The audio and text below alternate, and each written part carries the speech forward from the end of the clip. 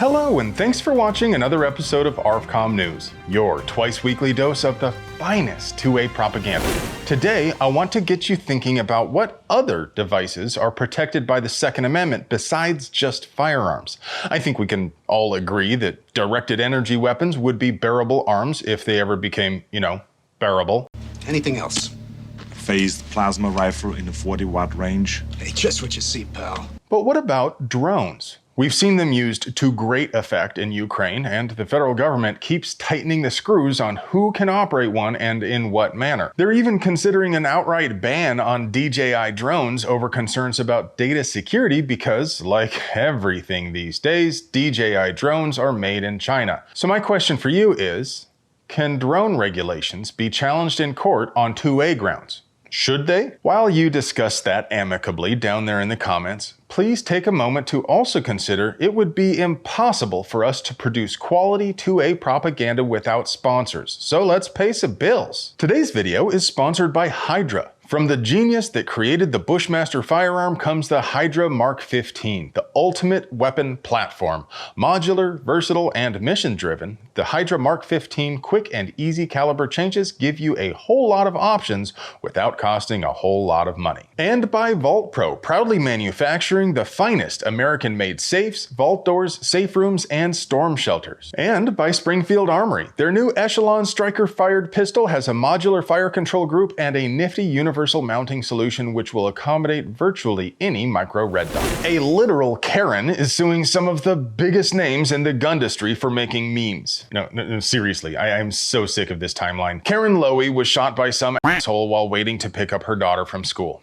Naturally, she blamed the dark warlocks who forged enchanted weapons cursed with spells of insanity to drive anyone who touches them to madness. Her lawsuit names Daniel Defense, BCM, Magpul, Surefire, and several other major names in the business. The 80-page lawsuit boils down to the idea that the marketing used by these firms to include the memes they posted on social media incited this loser to do what he did. When I was writing this script, I sat staring at my monitor for several minutes trying to articulate how stupid this premise is, and I utterly failed. It's stupid.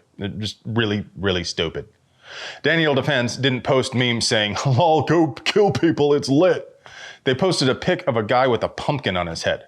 The Karen is asking for actual damages, for those damages to be tripled under a Virginia consumer protection law, and she's asking for punitive damages, but no amount is listed in the suit. Will she win? I mean, I'm not a lawyer because my parents were married, but this case would seem pretty thin even without the Protection and Lawful Commerce in Arms Act. But because of the PLCAA, she has a pretty steep hill to climb.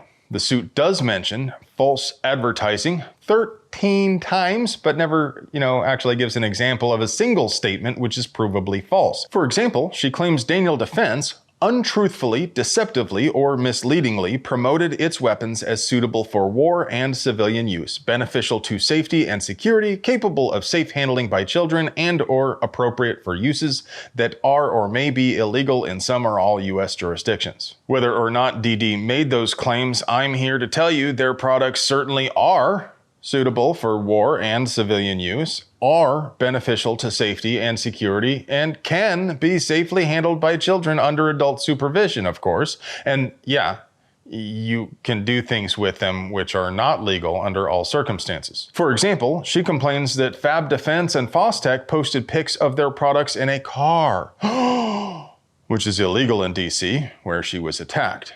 Except it's perfectly legal for me to drive around with a loaded rifle here in Arizona, and the loser who attacked her did it from his apartment, not from a car. So, you're dumb.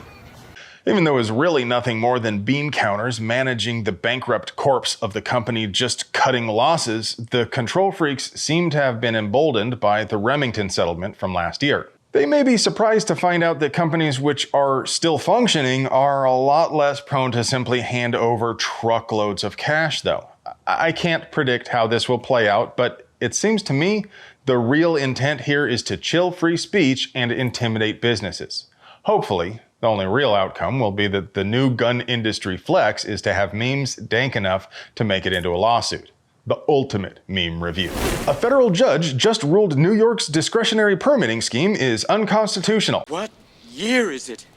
I'm sorry, I can see how that might be confusing given we already had a ruling about, exactly that thing from the Supreme Court. No, this new ruling is regarding New York City. New York City! See, after the Supremes ruled in the Bruin decision that New York, and for that matter, the rest of the country, cannot deny permits on entirely arbitrary and discretionary grounds, New York City responded to that precedent by doing nothing whatsoever to change their process. So we had to drag them into court to make them change. How many times do we have to teach you this lesson, old man? In their defense, the city cited old laws which denied the right to bear arms to brown people, which is kind of the whole point of why these laws are so bad. When the city finds that someone is not of good moral character, that usually means they have a melanin surplus, cash deficit, or both. These sort of discretionary permitting laws are some of the last holdovers from the shameful Jim Crow era, and the sooner they're all gone, the better.